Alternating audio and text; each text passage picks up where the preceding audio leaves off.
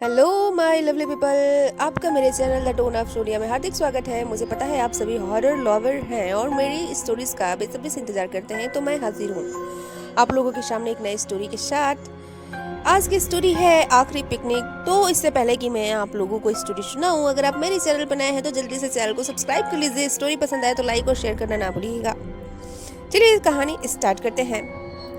नमस्कार, मेरा नाम विनोद है और मैं 11वीं क्लास में पढ़ता हूँ। गर्मियों की छुट्टियां पड़ी हुई थी, इसलिए हम सभी दोस्त छुट्टियां मनाने के लिए हिमाचल की मनाली गए हुए थे। मेरे साथ मेरे दोस्त विवेक, अनिरुद्ध और दिनेश, हम चारों एक साथ अक्सर घूमने जाया करते थे। हम चारों के घर के लोग भी हमें एक साथ घूमने से कहीं भी मना नहीं करते थे। यह बात है 2017 11 अप्रैल की। हमने दिल्ली से बस पकड़ी और हम शिमला होते हुए मनाली जाना था। इसलिए हमने टाइम काटने के लिए YouTube के एक channel the tone of Sonia पे कहानी सुनने स्टार्ट की और सुनते ही सुनते हम मनाली पहुंच गए। हम लोगों ने वहां पर होटल में कमरे लिए और सामान वगैरह रखा। हम लोगों ने यह सोचा था कि हम लगभग एक हफ्ते तक कुल्लू मनाली सब घूमेंगे। हम लोग दिन में टैक्सी करके घूमने वाले थे और रात में वापस इसी होटल में रुकने का प्लान था। अगले दिन सुबह हम लोगों ने एक टैक्सी बुक करी और उससे कहा कि हमें आज पूरा दिन एक ऐसी जगह पर जाना है जहां सिर्फ जंगल ही जंगल हो। तुम ऐसा करो, हमें यहाँ के सबसे बड़े जंगल में लेकर चलो। टैक्सी ड्राइवर ने थोड़ा मुस्कुराते हुए कहा, भाई साहब, यह मनाली है, यहाँ तो हर तरफ जंगल ही जंगल है। चलो फिर भी मैं आपको यहाँ के सबसे बड़े जंगल में घुमाने ले चलता हूँ। उसके बाद चारों बैठ गए और ड्राइवर ने लगभग होटल से 20 किलोमीटर दूर गाड़ी ले जाकर एक खतरनाक और भयानक से दिखने वाले जंगल के पास खड़ी कर दी। ड्राइवर ने तब हमसे कहा, भैया आप लोग अब यहाँ फोटो खींचो या जो भी करना है करो, लेकिन ज्यादा जंगल के अंदर तक मत जाना, क्योंकि जंगल बहुत बड़ा है, रास्ता ढूंढने में दिक्कत भी हो सकती है। वापसी के समय और लोग कहते हैं कि यह जंगल ज्यादा घूमने लायक भी नहीं है। यह अक्सर लोग बहुत कम ही आते हैं। तब मैंने और मेरे सभी दोस्तों ने गाड़ी से अपना वह सामान निकाल दिया जो हम पिकनिक मनाने के लिए लेकर आए थे। उसके बाद मैंने ड्राइवर से कहा, भैया आप भी चलो हमारे साथ, पर ड्राइवर ने साफ मना कर दिया।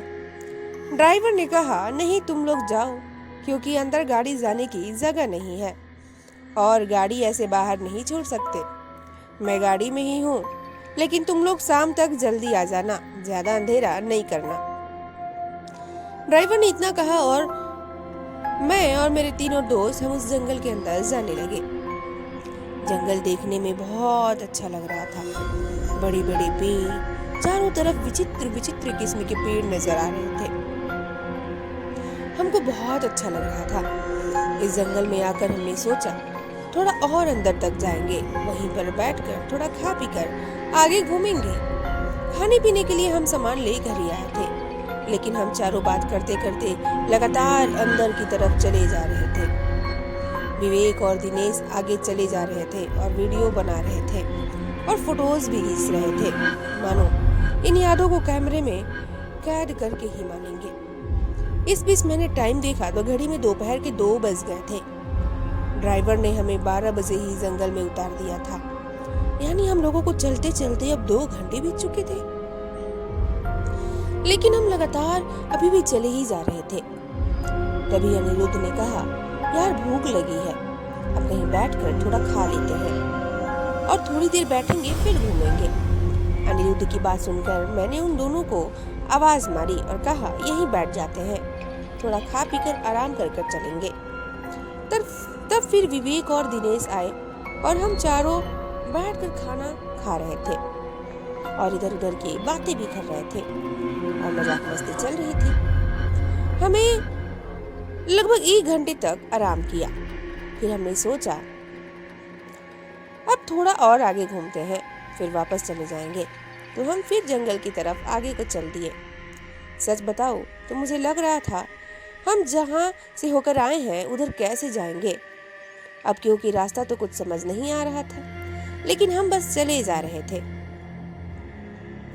हमने सोचा अब जंगल में काफी दूर तक आ गए हैं और अब हमने बहुत घूम लिया है और हमको सही समय पर बाहर भी निकलना है क्योंकि टैक्सी ड्राइवर हमारा इंतजार कर रहा है।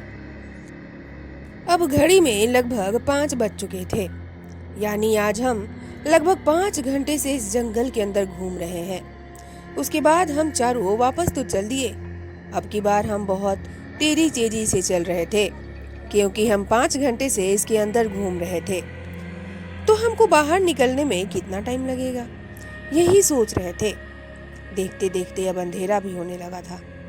अब जंगल अंधेरे में बहुत भयानक लग रहा था।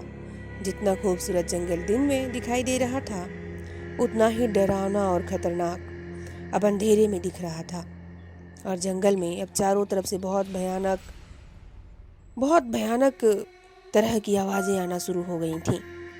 तभी मैंने घड़ी में टाइम देखा तो लगभग 7 बज गया था। 2 घंटे तो हो गए। हम जंगल में कहाँ हैं, हमें कुछ नहीं पता और हम ड्राइवर को फोन करके भी नहीं बता सकते थे क्योंकि यहाँ नेटवर्क भी नहीं था।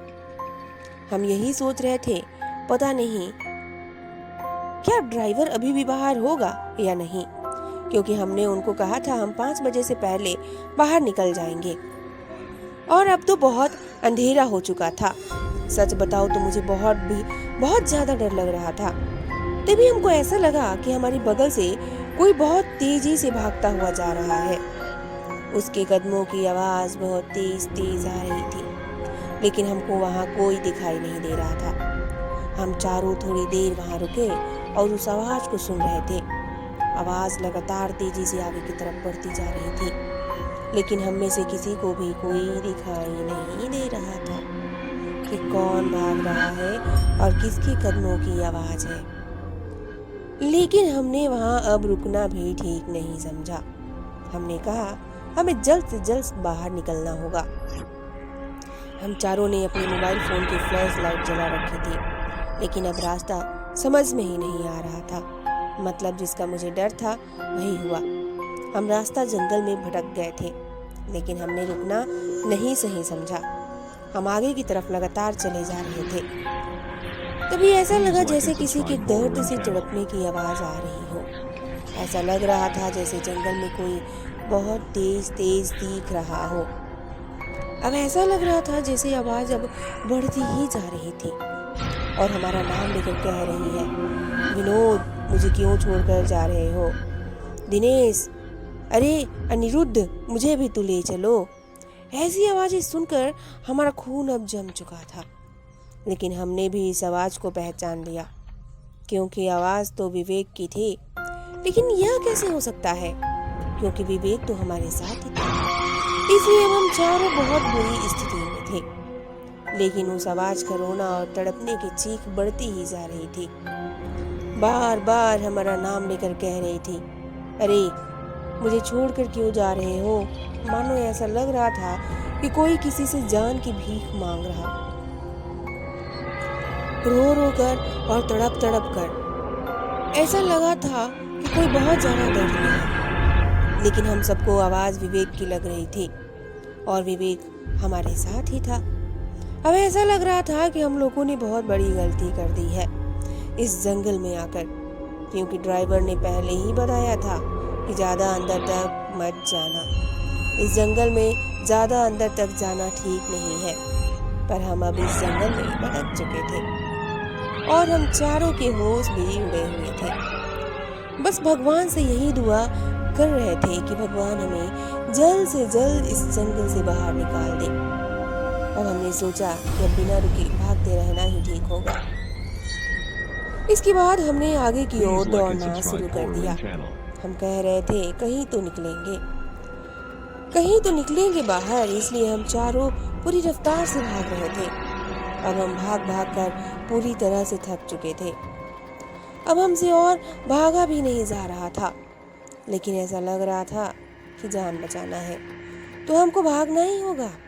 लेकिन कहाँ भागे, क्योंकि हम जंगल में चारों तरफ घनघोर अंधेरा और अजीब अजीब किस्म की आवाजें, और ऊपर से विवेक की जैसी आवाज भी पूरे जंगल में गूंज रही थी।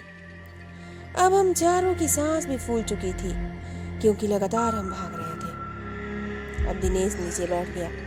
उसने कहा, भाई लोगों, अब मैं नहीं भाग पाऊंगा। अनिरुद्ध ने उसे कहा, जान बचानी है तो भागना ही होगा, क्योंकि यहाँ बस खतरा ही खतरा नजर आ रहा है। मैं और विवेक एक साथ थे। थोड़ा आगे हमने उन्हें आवाज दी तो उन दोनों ने कहा, भाई अब नहीं भागा जाता। थक हम दोनों भी गए थे, तो हम सब एक साथ उसी घनघोर अंधेरे में अपनी फ्लैश लाइट जलाए हुए बैठे थे। लेकिन तभी ऐसा लगा कि हमारे सामने एक बड़े से पेड़ से कोई चीज बड़ी तेजी से नीचे गिरी और उसकी आवाज बड़ी जोर से सुनाई दी। उस चीज पर दिनेश ने लाइट मारी तो दिनेश सहित हम तीनों के होश उड़ गए। अब मानो हमारी धड़कनें रुक जाएंगी, क्योंकि अभी तक हमको विवेक की रोती और बिलखती हुई आवाज सुनाई दे रही थी, लेकिन अब हमारे सामने ही विवेक का कटा हुआ सिर पड़ा था। विवेक अपना कटा हुआ शर्ट देखकर रोने लगता है और बोलता है, क्या है यह, क्यों हो रहा है हमारे साथ? जबान तो हमारी हलक से भी नहीं निकल रही थी, लेकिन हमने कहा, विवेक, कोई हमारे साथ बहुत बड़ा छलावा कर रहा है, ऐसा लगता है, पर हमें इसके झांसे में नहीं आना चाहिए।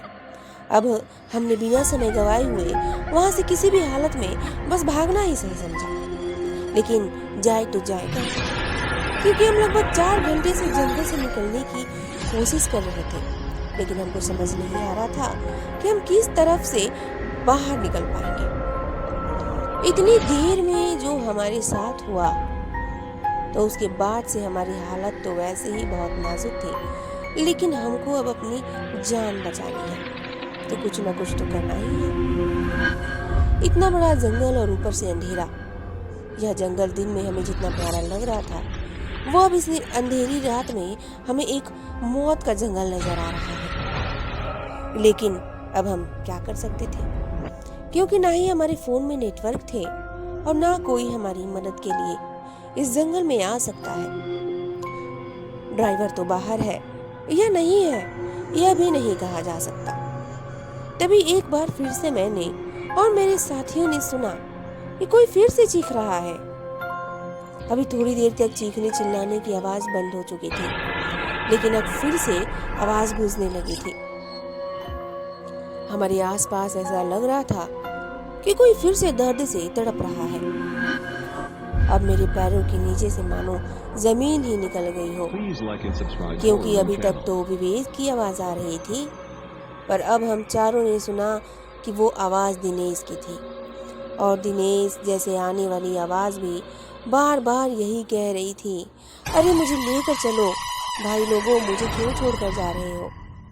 और ऐसा लग रहा था जैसे वो रो रहा था और तड़प रहा था, पर दिनेश भी हमारे साथ ही था। यह आखिर हो कैसे सकता है?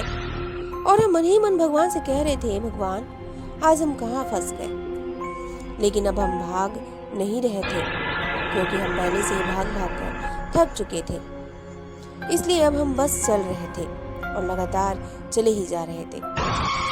लेकिन अब तो आवाज जो दिनेश की जैसी लग रही थी, वो अब ऐसा लग रहा था जंगल के आगे से भी आ रही है और पीछे से भी। दोस्तों, आज मैं आपको अपनी यह कहानी जो बता रहा हूँ, लेकिन सच बताऊं तो उस दिन ऐसा लग रहा था बस आज हमारा जिंदगी का आखिरी दिन है। तभी हमको एक बड़ा झटका लगा, क्योंकि दिनेश और अनिरुद्ध थोड़ा पीछे चल रहे थे, मैं और विवेक थोड़ा सा आगे थे। तभी मेरी फोन की लाइट सामने किसी चीज पर पड़ी। थोड़ा ध्यान से देखा तो सामने अब की बार दिनेश का कटा हुआ सिर रखा था। उसको देखकर ऐसा लग रहा था कि अभी कटा हो, क्योंकि खून साफ साफ बहता हुआ दिख रहा था। अब हमारी हालत ऐसी थी कि हम अब कुछ समझ नहीं पा रहे थे कि कहाँ जाएं।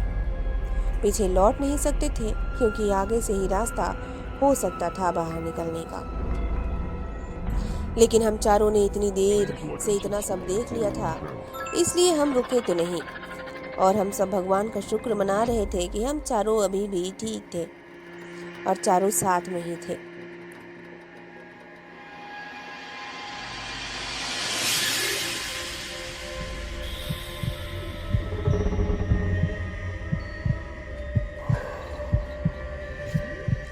लेकिन इस बार भी जब से हमने दिनेश के जैसा कटा हुआ सिर देखा, उसके बाद से ही फिर से सीखने चिल्लाने की आवाज बंद हो चुकी थी। हम चारों बस किसी तरह से निकलने की कोशिश में थे और घड़ी में अब समय 12 बज चुका था। तभी मुझे और विवेक को ऐसा लगा किसी ने एकदम से हमें धक्का देकर साइड कर दिया, और अनिरुद्ध और दिनेश को भी ऐसा लगा, और ऐसा लग रहा था कि कोई किसी को घसीटता हुआ हमारे बगल से लेकर जा रहा है, पर जो घसीट रहा था वो दिख नहीं रहा था। तभी मैंने उस पर लाइट मारी तो जो घसीट कर ले जा रहा था उसका चेहरा तो नहीं दिखा, पर जिसको घसीट कर ले जा रहा था उसका चेहरा साफ साफ दिखाई दिया। उसका चेहरा बिल्कुल अनिरुद्ध जैसा था। यकीन मानो आज मैं आपको यह बता रहा हूँ, पर मेरी रूह अभी भी कांप रही है इस बात को बताते हुए। यह मेरे लिए एकदम सदमे से कम नहीं था, क्योंकि उस समय हम चारों ही सोच रहे थे भगवान यह कोई गहरा सपना हो और अब हम बस नींद से जाग जाएं। अब ऐसा लग रहा था जैसे अनिरुद्ध तड़पता हुआ कह रहा है, बचाओ मुझे विनोद, बचाओ विवेक, बचाओ मुझे। वो हम तीनों का नाम बार बार ले रहा था, लेकिन अनिरुद्ध तो हमारे साथ था। अब यह स्थिति बहुत नाजुक मोड़ पर थी, क्योंकि हम चारों ने एक के बाद एक ऐसी घटनाएं देखी। पहले विवेक की तड़पने की आवाज, फिर उसका कटा हुआ सर का पेड़ से गिरना, और उसके बाद दिनेश का कटा हुआ सर हमें रास्ते में मिलना, और अब अनिरुद्ध जैसे ही कोई उसको घसीटते हुए ले जा रहा हो। ये सब क्या हो रहा था हमें कुछ समझ नहीं आ रहा था। ऐसा दृश्य देखना, यह तो अब हम चारों को पता चल चुका था कि जंगल में जो हो रहा है वो कोई ना कोई छलावा है। अब हम यही सोच रहे थे कि पता नहीं अब हम बचकर जा पाएंगे या नहीं, लेकिन हम वहां रुके नहीं। हमने कहा मरेंगे या फिर निकलेंगे यहाँ से। तभी ऐसा लगा कि जंगल में एक तूफान सा उठने लगा। अक्सर जंगल में पेड़ पौधे की आवाजें आती ही रहती हैं, लेकिन उस समय ऐसा लग रहा था कि तूफान बिल्कुल हमारी तरफ से होकर गुजर रहा है, और उस समय तूफान की आवाज बहुत तेज सी लग रही थी। अंधेरी रात थी और हमने अपने अपने हाथों में फ्लैश लाइट ले रखी थी, लेकिन तभी वहां पूरे में धूल धूल सी होने लगी, और तभी ऐसा लगा कि किसी ने मुझे धक्का दे दिया और मैं नीचे की तरफ खाई में गिरता जा रहा था। मुझे साफ साफ नजर आ रहा था कि मैं नीचे की तरफ गिर रहा हूँ और चीख रहा हूँ, पर एकदम से सब बंद हो गया। मैं शायद उस खाई में गिरकर बेहोश हो गया, क्योंकि मैं खाई में बहुत नीचे गिरा था।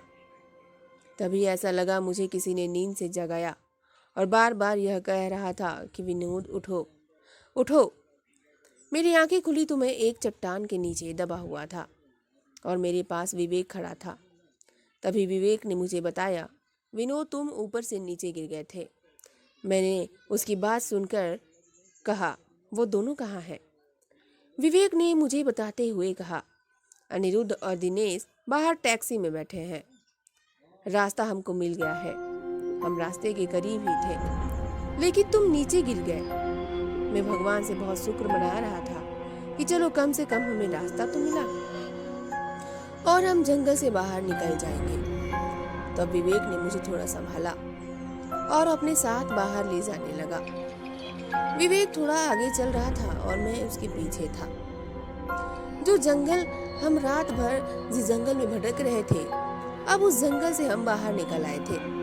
सामने टैक्सी खड़ी थी। विवेक ने बताया, अनिरुद्ध और दिनेश ड्राइवर के साथ अंदर है। मैं तुरंत भागता हुआ टैक्सी के पास गया और शीशे में हाथ मारने लगा। ड्राइवर ने खिड़की खोली। ड्राइवर अंदर ही सो रहा था और नींद में ही बोला, भैया ऐसा मत करो, कल दोपहर 12 बजे से ही आ रखे हैं और अब रात के 2 बज गए हैं। मैंने पहले ही कहा था कि जंगल के ज्यादा अंदर मत जाना। इतने अंदर क्यों गए थे? मैं अभी तक घर नहीं गया। बताओ, अभी तक आप लोगों के चक्कर में। बिना रुके ही ड्राइवर अपनी बात बोले जा रहा था।